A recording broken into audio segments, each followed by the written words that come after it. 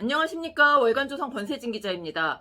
더불어민주당이 요즘 이재명 대표 사법 리스크로 정신이 없는 상태죠. 구속영장 나오고 표결해야 되고. 이 와중에 지금 주목받는 한 사람이 있죠. 이재명 대표와 대선 후보 경선에서 경쟁했던 이낙연 전 민주당 대표입니다. 지금 미국에 체류하고 있는데 조기 귀국설이 나옵니다. 이재명 사법 리스크하고 무관하지가 않겠죠.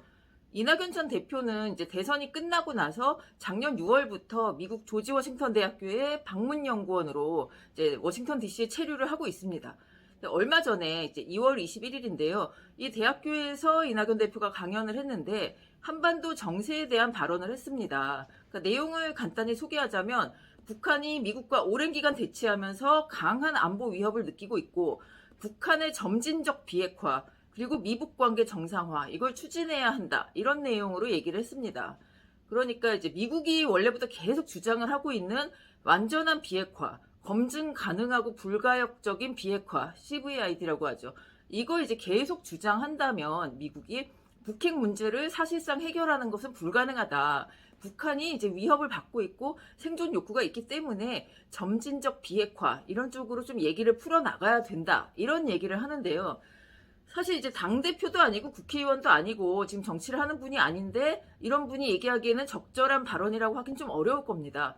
그러니까 요즘 이런 얘기도 나와요. 대선 후보라면 핵 얘기를 해야 된다. 대선 주자라면. 그래서 홍준표 시장도 그렇고 지금 오세훈 시장 이런 분들이 핵에 대한 얘기를 간간히 합니다. 대선 주자기 때문에 얘기하는 거죠.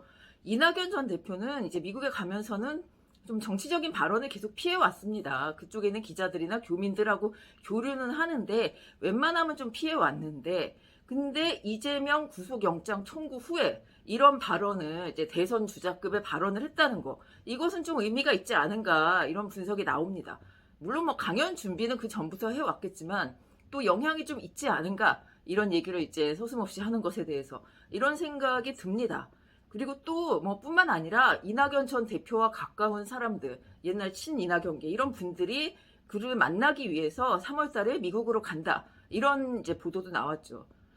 이낙연 전 대표는 1년 동안 방문연구원으로 갔기 때문에 오는 6월이면 이제 그 기간이 끝납니다. 그러니까 이제 안 그래도 좀 들어올 때는 된 겁니다. 이제 1년을 이제 나가 있었고 이제 대선 후부터 나가 있었는데 요즘 기자들이 조기 귀국하는 것 아니냐 이재명 대표가 이렇게 되니까 이런 질문을 좀 많이 한다고 합니다. 그랬는데 이분은 예정대로 6월에 들어갈 것이다 이렇게 얘기를 했다고 해요. 4, 5월에는 뭐 미국과 유럽 이런 대학들에서 강연 일정이 잡혀 있다고 합니다.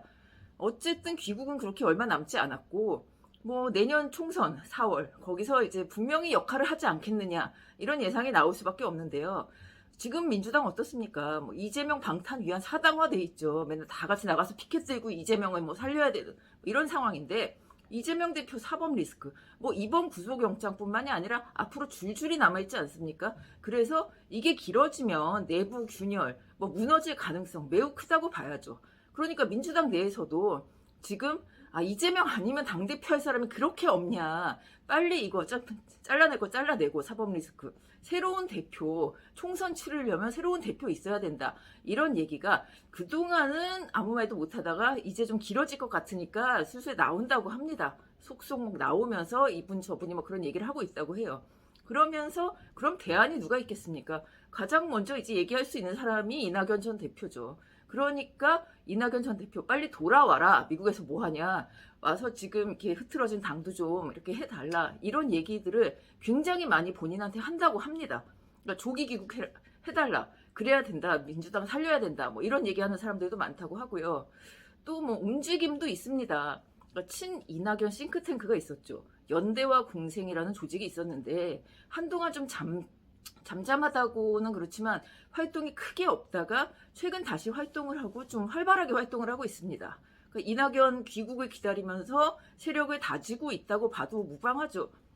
그러니까 이제 당 지지율 계속 떨어지고 민주당은 이재명 방탄에만 집중한 이런 당이 돼버렸습니다. 지금 이렇게 망가졌는데 전 대표라는 사람이 대선 주자였다는 사람이 미국에서 유유자적하는 것은 굉장히 무책임한 일이다. 이런 비난까지 나오고 있습니다. 이제 뭐 돌아와 달라 해달라 정도가 아니라 계속 그러고 있으면 어떡하느냐 뭐 이런 얘기입니다. 제가 이제 지난달 월간조선 인터뷰로 민주당의 오선 이상민 의원을 인터뷰했는데요. 대전 출신 오선입니다. 근데 이분이 이낙연 전 대표에 대해서 딱 이렇게 얘기를 합니다. 내가 그 정도 인지도 경력 갖고 있고 호남 출신이라면 지금 바로 민주당 살리기에 앞장서야 되는 것 아니냐. 나라면 그렇게 하겠다. 이제 본인은 이제 충청 출신이고 인지도도 뭐 그에 미치지 못하니까 내가 나설 수는 없는데 이낙연 전 대표는 지금 이거를 그냥 보고만 있느냐, 무책임한 것 아니냐 이렇게 얘기를 했습니다.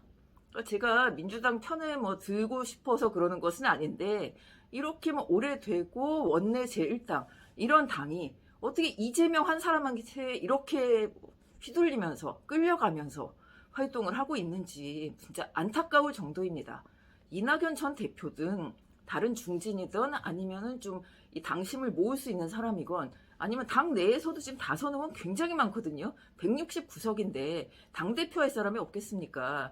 그러니까 누구든 다시 이제 당 지도부를 새로 꾸리든지 아니면 이재명 대표를 이제 좀 앞에서 비판을 딱 해서 물러나도록 하든지 이런 식으로 건설적인 좀 행동을 했으면 좋지 않을까 이런 생각을 해봅니다. 오늘 이야기 여기까지입니다. 감사합니다.